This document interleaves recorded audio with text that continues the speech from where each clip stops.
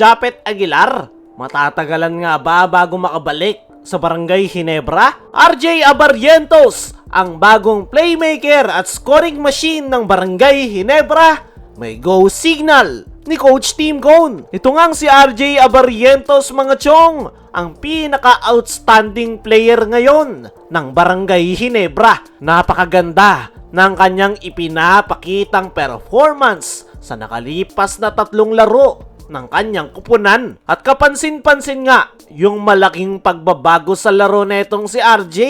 Ditong mga nakalipas na conference ay malaking playing time na yung binibigay sa kanya ni Coach Tim Cone, pero hindi nga siya parte ng starting 5. Pero ngayong conference, si RJ Abarrientos na yung starting guard ng Barangay Ginebra. Coming from the bench, ngayon, parte na si RJ Abarrientos ng starting 5 ni Coach Tim Cone. At kapansin-pansin nga rin na siya na yung nagiging main point guard ni Coach Tim Cone na nagpa-facilitate ng kanilang opensa. Pero bukod sa siya yung nagtitimon ng kanilang triangle offense, ay si RJ Abarrientos nga rin yung isa sa pinakabagong scoring machine ng Barangay Ginebra, which is effective nitong mga nakalipas nilang laro. Sa makatuwid, si RJ Abarrientos yung nagpapacilitate ng kanilang opensa,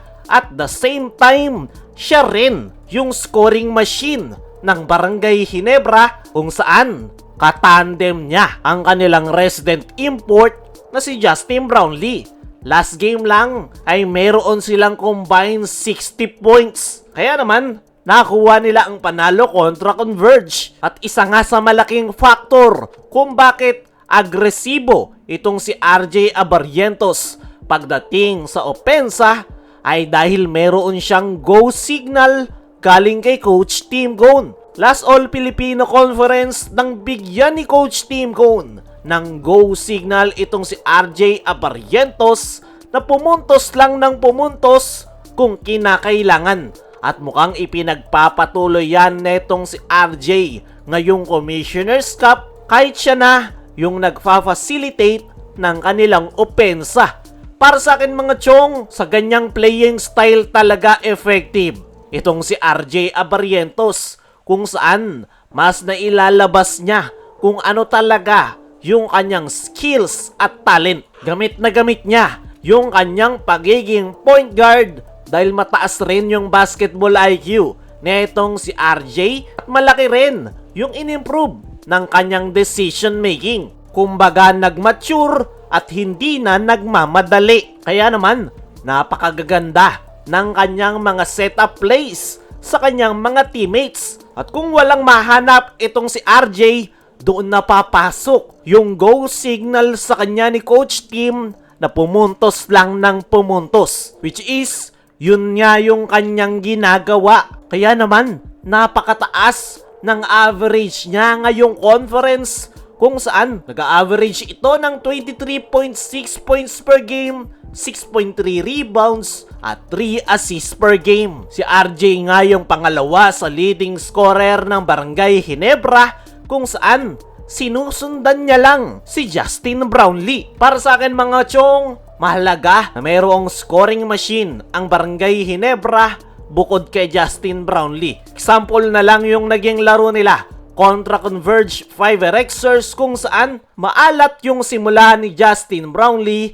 Kaya naman, si RJ Abarrientos muna yung nag-take over hanggang makuha ni Brownlee yung kanyang rhythm. Kaya naman, napaka-deadly ng Barangay Ginebra. Hindi lang si Brownlee yung dapat tutukan dahil nandiyan na rin si RJ Abarrientos na unti-unti nang lumalabas yung kanyang prime year. Kaya mga chong, ano ang masasabi nyo sa bagong scoring machine ng Barangay Ginebra na si RJ Abarrientos?